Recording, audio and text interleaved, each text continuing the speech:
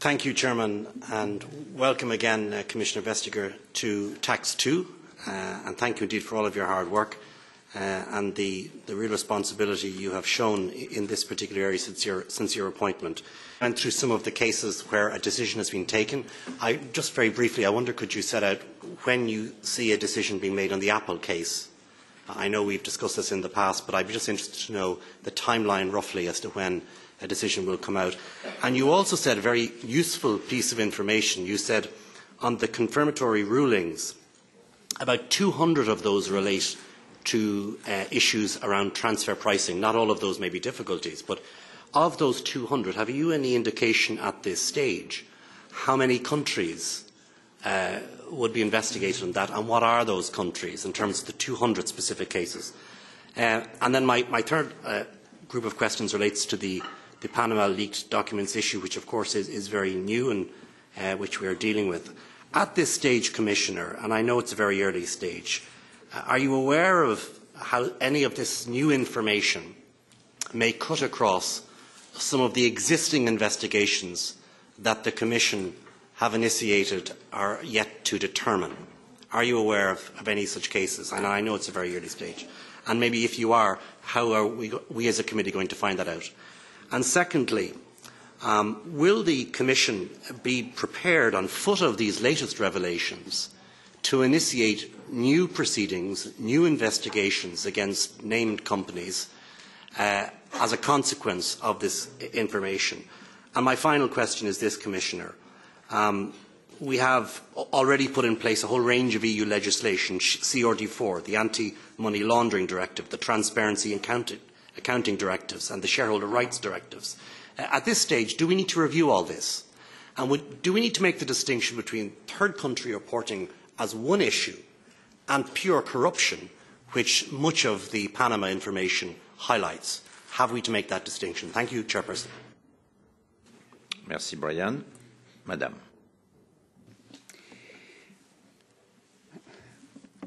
It goes for the Apple case as for any other case, that the first priority is the quality of the casework and that we go by the procedures, so that if we get new information and that raises additional questions, then these questions are returned back to the member states and sometimes also to the business in question.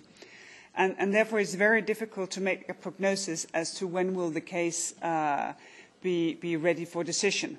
And that is also the case of the Apple case, that only recently we have had to ask more questions, which then has postponed the finalisation of the case.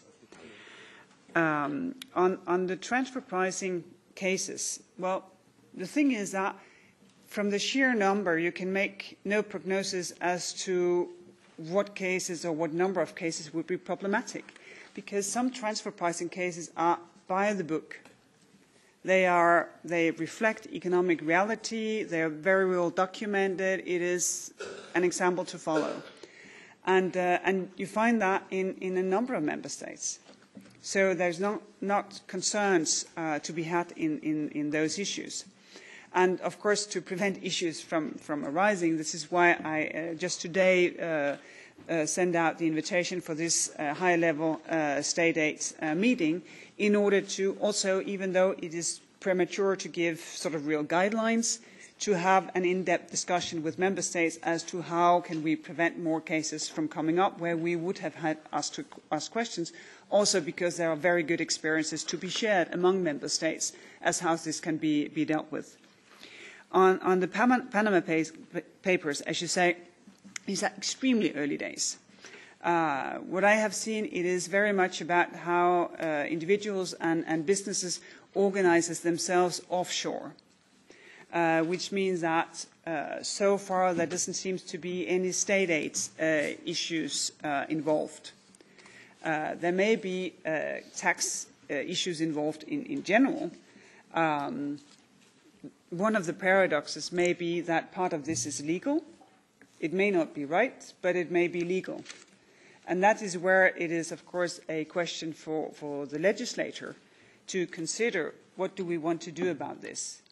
And that, I think, that debate is only in the very early beginning if people will come together to have that debate as to what to do about it.